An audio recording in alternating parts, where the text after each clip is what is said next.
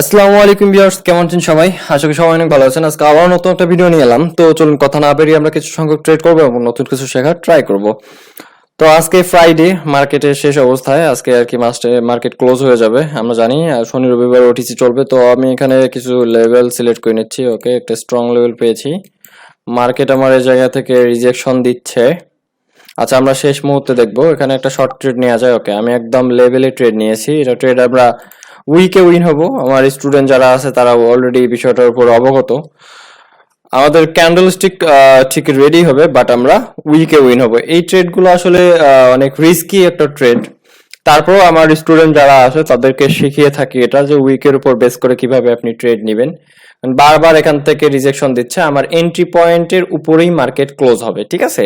তো দেখেন অনেক বড় একটা গ্রিন ক্যান্ডেল এবং মার্কেট উপরে উঠে গেছে। ওকে ওকে, আমার একদম স্ট্রং একটা গ্রিন ক্যান্ডেল হয়ে গেছে। তো আমরা নেক্সট ট্রেড নিব এখানে। এটা হচ্ছে আপনার ইউইডি। 1 মিনিট। আচ্ছা, আমরা এই কারেন্সিতে আর একটা ট্রেড নেব, সেটা হায়ারের জন্য নিব। ওকে, আমরা একটা হায়ারের জন্য নিয়েছি বিকজ এটা হচ্ছে আমাদের একটা লেভেল।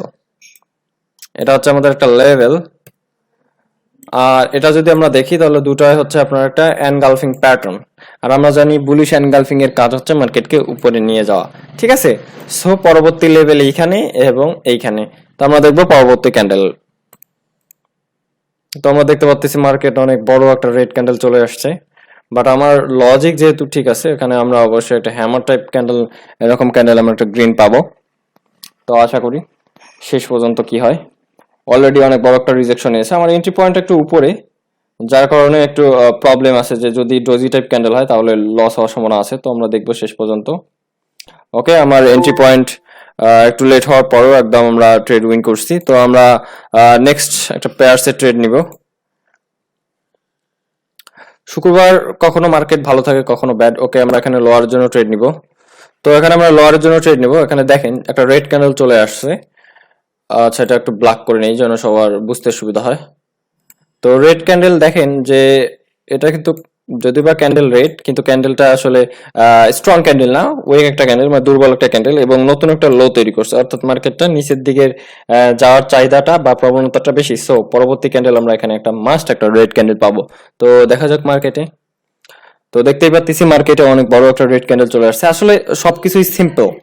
আপনি যদি লজিক্যালি ট্রেড করেন তাহলে আপনার কাছে অনেক ইজি মনে হবে। বাট আমরা কি করি, আমরা কোনো প্রকার অ্যানালিসিস না করে হুটহাট করে ট্রেড নেওয়ার ট্রাই করি। এখানে আমাদের শর্ট একটা লেভেল আছে, লেভেল থেকে আমাদের রিজেকশন আসতেছে। ওকে, রিজেকশন পেয়ে গেছি। আমি এখান থেকে হায়ার অপশনের জন্য যাব বিকজ এখানে আমাদের একটা লেভেল ছিল এবং লেভেল থেকে আমি দেখতে পাচ্ছি শেষ মুহূর্তে কিন্তু একটা রিজেকশন পেয়েছি। আর এখান থেকে দেখেন ব্যাপারটা কিন্তু এখান থেকে দেখেন অনেক বড় একটা গ্রিন ক্যান্ডেল কিন্তু ঘটে গেছে। সো পরবর্তীতে আমরা ঠিক ওই লেভেল থেকে অ্যাটলিস্ট একটা গ্রিন ক্যান্ডেল আশা করতেই পারি, ঠিক আছে? তো আমরা মার্কেটে দেখি। তো দেখেন ঠিক এই লেভেল থেকে কিন্তু একটা গ্রিন ক্যান্ডেল উঠে যাওয়ার ট্রাই করতেছে, ঠিক আছে? অ্যাটলিস্ট একটা গ্রিন ক্যান্ডেল হলেও কিন্তু এখানে হবে, কারণ এটা একটা কিন্তু স্ট্রং লেভেল। আমরা দেখতে পাচ্ছি এখানে ডোজি ছিল এবং ডোজির পর মানে বৃহত্তর একটা গ্রিন ক্যান্ডেল উঠে গেছে। সো পরবর্তীতে আমরা কিন্তু এই ক্যান্ডেলে একটা গ্রিন ক্যান্ডেল পাবো, ঠিক আছে? প্রত্যেকটা মানে ট্রেডের পিছনে কোনো না কোনো লজিক আছে। এমনি মনে করি হতে পারি এর উপর ডিপেন্ড করে কখনো ট্রেড নেওয়া যাবে না। আপনারা যদি মনে করি এবং হতে পারির উপর ট্রেড করেন বা কোনো ইন্ডিকেটরের উপর ডিপেন্ড করে ট্রেড করেন তাহলে আপনি ট্রেডিং এ কখনোই সাকসেস হতে পারবেন না। হতে পারে আপনি দেখা যাচ্ছে তখন কি হবে, আপনি যদি ইন্ডিকেটরের উপর বেস করে ট্রেড করেন কখনো ভালো করবেন কখনো খারাপ করবেন, কারণ এটা সম্পূর্ণ আপনার মার্কেটের ইন্ডিকেটরের উপর ডিপেন্ড করে ট্রেড করতেছে। যার কারণে আপনার দেখা যাচ্ছে নিজের যে মানে দক্ষতাগুলো, যে নিজের যে মার্কেট ভিত্তিক যে অ্যানালিসিস গুলো, এগুলো আপনি কখনো শিখতে পারবেন না, ঠিক আছে? যার কারণে আপনি লস করে ফেলবেন। তাই সবসময় আপনার মার্কেটটা কোন সিস্টেমে চলে, মার্কেটে যে প্রতিটা ক্যান্ডেলের পিছনে এই যে একটা ক্যান্ডেল ধরেন প্রেজেন্ট একটা ক্যান্ডেল রেড হচ্ছে না, একটু রেড হওয়ার পর একটু উঠে যাচ্ছে মানে রিজেকশন নিচ্ছে, এই বিষয়গুলো যখন আপনি ডিপলি অ্যানালিসিস করবেন এবং লেভেলে আসার পর মার্কেট কেন রিজেকশন দেয় এগুলো যদি ডিপলি অ্যানালিসিস করেন তাহলে কিন্তু আপনি ট্রেডিং এ সাকসেস হবেন। বাট হতে পারে মনে করি এর উপর ডিপেন্ড করে বা বিভিন্ন ইন্ডিকেটরের উপর যারা বেস করতেছেন, আমি সবাইকে রিকোয়েস্ট করব ইন্ডিকেটরের উপর বেস করে ট্রেড করা ছেড়ে দেন।